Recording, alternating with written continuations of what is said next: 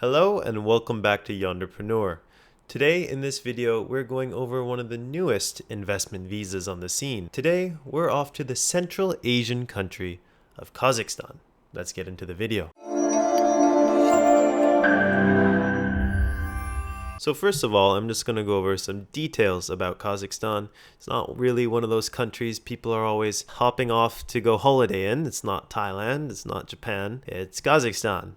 It's not super popular tourist destination. So Kazakhstan is actually the world's 9th largest country. If you put it over top of Europe, it would stretch from all the way from France to the other end of Ukraine. Kazakhstan was historically inhabited by nomadic tribes and then being part of the Soviet Union until it gained its own independence in 1991. Since its independence, Kazakhstan has gone under huge economic reform and modernization. It has a population of about 19 million people right now, made up of 3 bigger ethnic groups consisting of Kazakhs, Russians, and Uzbeks. Kazakhstan is actually very abundant in natural resources, primarily oil and gas, as well as many minerals. The concept of Kazakhstan's economy and the resources surrounding it and the companies there is very interesting, so I think I'll actually put it into its own video because there's just so much to cover about that. The country also has a very strategic location, being sandwiched between China and Russia. The location is good in terms of trading partners, however they do not have any ocean access as Kazakhstan is actually landlocked. Kazakhstan is also part of several economic initiatives, one of those being China's Belt and Road Initiative. It's definitely a very interesting market,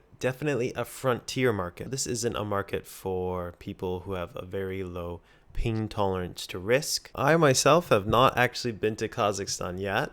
However, I am hoping to get there sometime this fall. I've heard many good things about the country. Now that we are all familiar with Kazakhstan, let's get into the reason why you probably clicked on this video in the first place. The Kazakhstan Investment Tax Residency Program. And I am going to refer to it as the ITRP for the rest of this video because I don't want to keep saying Kazakhstan Investment Tax Residency Program. It's a lot of words. The ITRP has been in the works for about a year now, but is now official as the Astana International Finance Center has now made it official that you can now apply for this visa. And if you were wondering what Astana is the capital city of Kazakhstan. The ITRP will grant you and your immediate family a 5-year visa for Kazakhstan. After 5 years, you can apply for citizenship, or if you do get married to a Kazakhstan national, you can get your citizenship within 3 years of residency. Just keep in mind that Kazakhstan does not allow dual citizenship. So if you do want that Kazakh passport, you have to renounce whatever citizenship you had before. Kazakhstan's passport sits ranked at 54 on the passport index for 2024. You do not have visa-free access to the Schengen zone in Europe. You don't have access to North America, Canada, United States, no New Zealand, no Australia, no UK. You do have access to most of South America, lots of Africa, the Middle East, and actually China and Russia. If Kazakhstan was to ever allow dual citizenship, it would be a good addition to anyone who has a Western passport, like America or the EU. These countries don't usually have access to Russia and China, so if you have both the passports, it fills in those gaps, but be able to have dual citizenship in Kazakhstan. So how does one actually get the ITRP visa?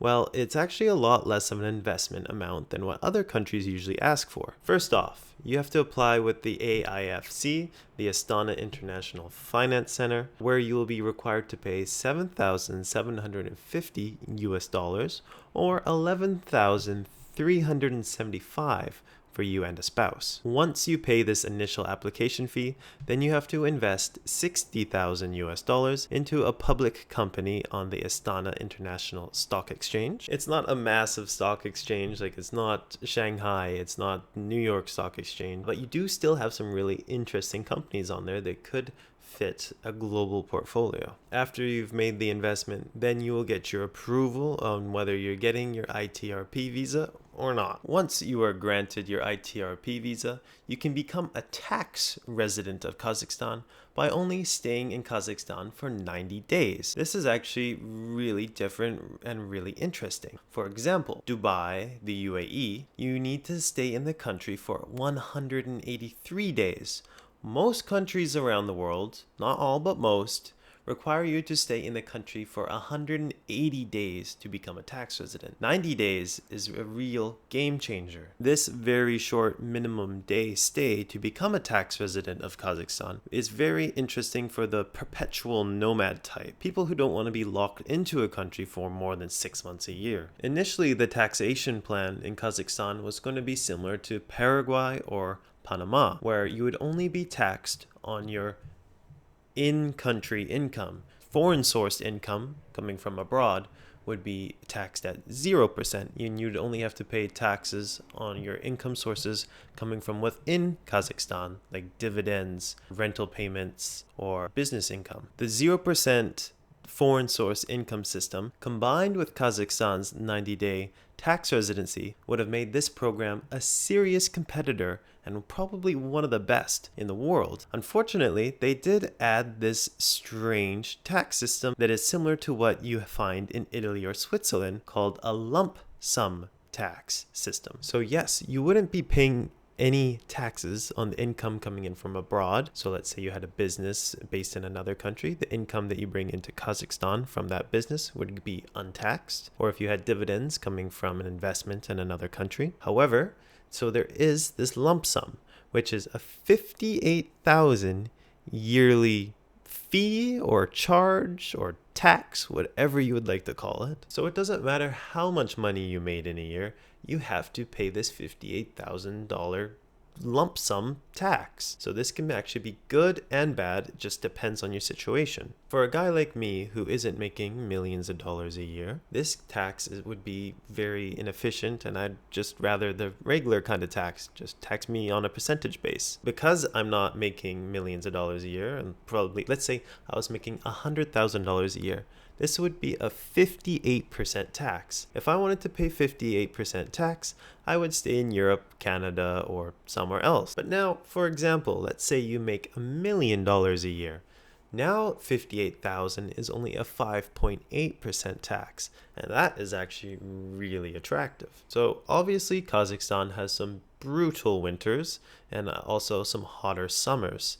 Now it doesn't have that lush tropical environment that you find in countries like Costa Rica or Panama, which also have no foreign source income taxes. Kazakhstan probably doesn't have all the convenience and the amenities that you would find in Dubai, for example. But what I find very appealing is that it's only a 90-day tax residency. So spend 90 days in Kazakhstan. So what? Now you're free to go anywhere else in the world, as long as you're not spending more than 180 days in another country, because that might cause some tax consequences with that country. Either way, do your research, because all countries are different in the way they tax you. So if you're interested in learning more, or you want to apply for the Kazakhstan Investment Tax Residency Program, or if you just want some general travel advice or investing advice, I'm also happy to answer those questions for you. I have linked my email below in the description. I also respond to my DMs in x.com as well as Instagram,